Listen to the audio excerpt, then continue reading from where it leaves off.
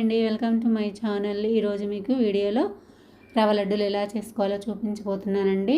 సాఫ్ట్గా జ్యూసీగా చాలా టేస్టీగా ఉంటాయండి. పక్కా కొలతలతోటి ఈ విధంగా చేసుకున్నారంటే చాలా టేస్టీగా కూడా ఉంటాయి. తప్పకుండా ట్రై చేయండి. ఒక గిన్నె తీసుకొని అందులోకి 2 కప్పుల వరకు ఉప్మా రవ్వను వేసుకున్నానండి. దీన్ని సుజీ రవ్వ అని కూడా అంటారు. ఇలా 2 కప్పులు వేసుకున్న తర్వాత ఇందులోకి ఏ కప్పుతో అయితే రవ్వ తీసుకున్నామో అదే కప్పుతోటి 2 కప్పుల వరకు పాలు పోసుకోవాలండి.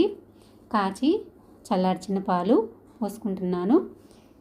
పాలు పోసుకున్న తర్వాత రవ్వ పాలు బాగా కలిసేలాగా ఒక గరిటె పెట్టి బాగా కలిపేసుకోవాలండి. ఇలా కలిసేదాకా కలుపుకున్న తర్వాత దీని మీద ఒక మూత పెట్టేసి ఒక 15 నిమిషాల పాటు పక్కన పెట్టేసుకోవాలండి. ఇప్పుడు ఒక కడాయి పెట్టేసుకొని అందులో 1/2 కప్పు వరకు నెయ్యి వేసుకోవాలి. నెయ్యి హీట్ అయిన తర్వాత జీడిపప్పు బాదం వేసుకొని ఫ్రై చేసుకోవాలండి.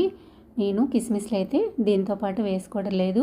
అవి ముందుగానే ఫ్రై చేసుకున్నామంటే కనుక కొంచెం ఎక్కువ వేగిపోయి టేస్ట్ అనేది మారిపోతుందండి. ఇవి సగం వేయించుకున్న తర్వాత ఇప్పుడు కిస్మిస్లు వేసుకుంటే చాలా బాగుంటాయి. టేస్ట్ కూడా బాగుంటుంది.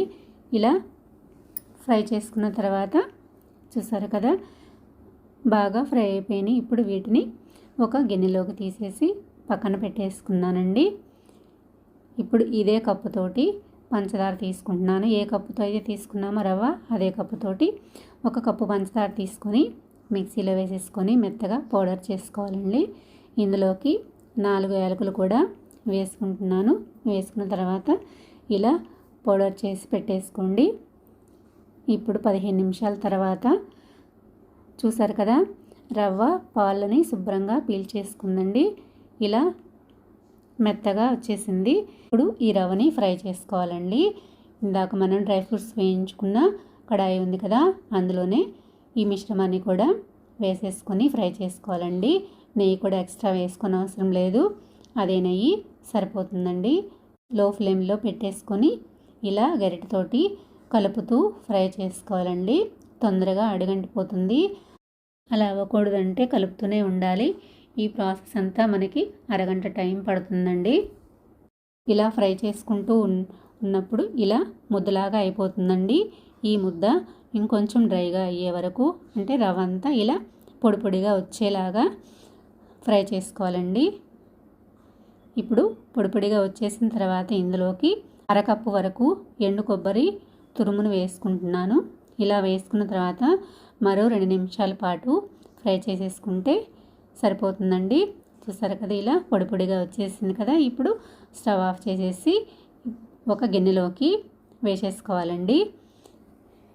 గిన్నెలో వేసేసుకున్న తర్వాత ఇందులోకి మనం మిక్సీ వేసి పెట్టేసుకున్నాం కదండి షుగర్ పౌడర్ని యాడ్ చేసుకున్నాము.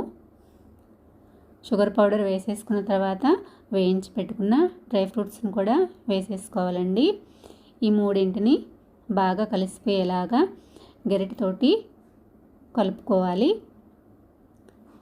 ఇలా కలిపేసుకున్న తర్వాత ఒక 5 నిమిషాల పాటు చల్లారనివ్వాలండి. చూసారు కదా, చల్లారిపోయింది. ఇప్పుడు చేతితోటి మరోసారి బాగా కలిపేసుకున్న తర్వాత లడ్డూలను చేసుకోవాలండి. మీకు ఏ సైజులో కావాలంటే ఆ సైజులో చేసుకోండి. నేనైతే మరీ చిన్నవి కాదు, మరీ పెద్దవి కాదండి, ఇలా మీడియం సైజులో చేసేసుకుంటున్నాను. చూసారు కదా, చాలా రౌండ్గా అయితే వచ్చేసినాయండి. ఇలానే లడ్డూలన్నింటినీ కూడా చేసేసుకున్నాను. మీరు కూడా తప్పకుండా ఒకసారి ట్రై చేయండి.